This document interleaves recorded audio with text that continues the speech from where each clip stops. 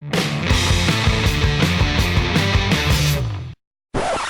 semua, apa kabar? Nama saya Lucky, diplomat sederhana dari Indonesia.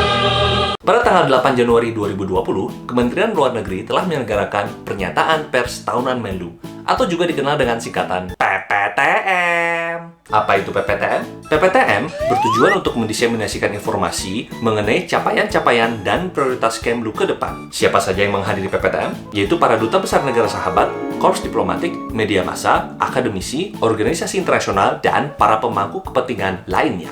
Lalu, apa yang disampaikan Bu Menlu? Bu Menlu menyampaikan sejumlah capaian Kemlu selama tahun 2019. Antara lain, Indonesia membuka tahun 2019 dengan keanggotaan Indonesia dalam Dewan Keamanan PBB. Dan keanggotaan ini masih akan berlangsung sampai akhir tahun 2020. Lebih lanjut, Indonesia telah menyelesaikan sejumlah perundingan perjanjian perdagangan, yaitu dengan EFTA, Australia, Mozambik, dan Chile. Perundingan Regional Comprehensive Economic Partnership atau RCEP juga telah diselesaikan setelah melalui 28 putaran sejak 2013. Alrighty then.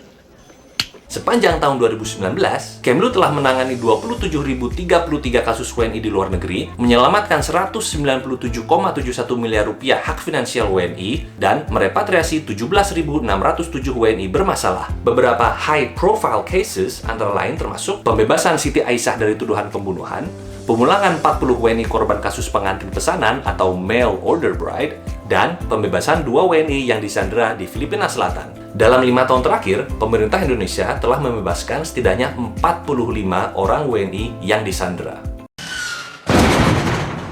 I am impressed. Tentunya masih banyak capaian lainnya. Kalian bisa baca selengkapnya dalam pidato PPTM 2020. Silahkan klik linknya di bawah. And there's also the link for the English version of the annual press statement. Good. Oke, sekarang kita akan lihat apa sih prioritas politik luar negeri untuk tahun 2020. Ibu Menlu menekankan bahwa diplomasi Indonesia akan dijalankan berdasarkan prioritas 4+1.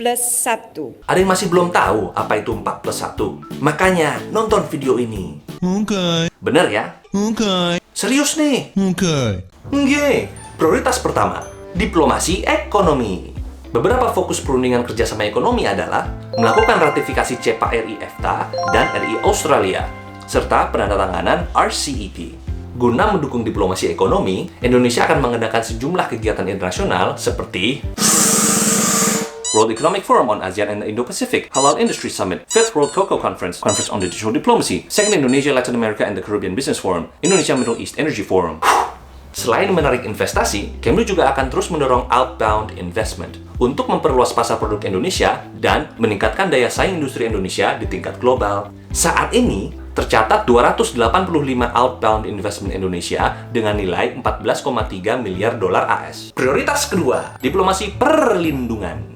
Kemlu menjalankan strategi secara holistik di tingkat domestik dan internasional. Di tingkat domestik, kerjasama hulu dan hilir akan ditingkatkan, antara lain melalui kampanye penyadaran publik mengenai migrasi aman, memaksimalkan pemanfaatan aplikasi Safe Travel, dan memperkuat kebijakan satu data, yaitu dengan mengintegrasikan portal peduli WNI dengan sistem database nasional. Di tingkat internasional, Indonesia akan mendorong universalisasi kesepakatan Global Compact for Migration. Di Forum International Maritime Organization, Indonesia mendorong pembentukan guideline penanganan kasus penelantaran pelaut. Di Forum ASEAN, Indonesia mendorong implementasi ASEAN Consensus on the Promotion and the Protection of the Rights of Migrant Workers. Prioritas ketiga, diplomasi kedaulatan dan kebangsaan. Terdapat 3 fokus utama, yaitu peningkatan intensitas perundingan batas maritim dan batas darat dengan negara lain, yaitu Malaysia, Vietnam, Filipina, Palau, dan Timur Leste. Dengan perkembangan yang terjadi di Natuna, Bu Menlu menekankan bahwa Klaim apapun oleh pihak manapun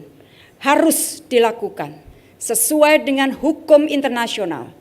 Indonesia akan terus menolak klaim yang tidak sesuai dan tidak diakui oleh hukum internasional.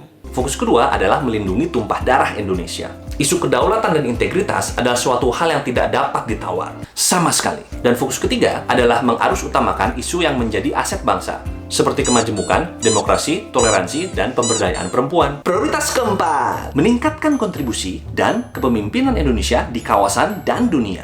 Di Di tahun 2020, Indonesia masih akan duduk di Dewan Keamanan PBB. Dan pada saat presidensi Indonesia di DKPBB bulan Agustus nanti, Indonesia akan mengusung tema penanggulangan terorisme. Juga di tahun 2020, Indonesia akan memulai tugasnya sebagai anggota Dewan HAM PBB.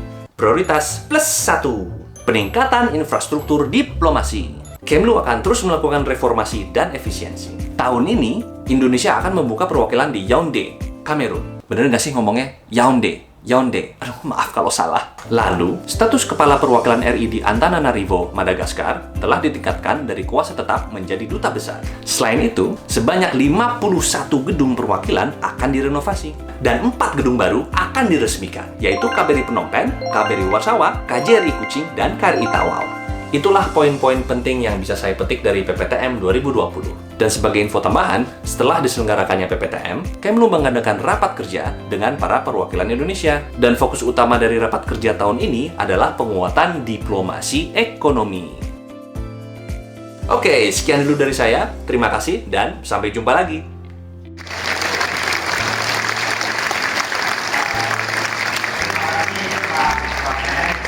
Kami juga ingin mengucapkan terima kasih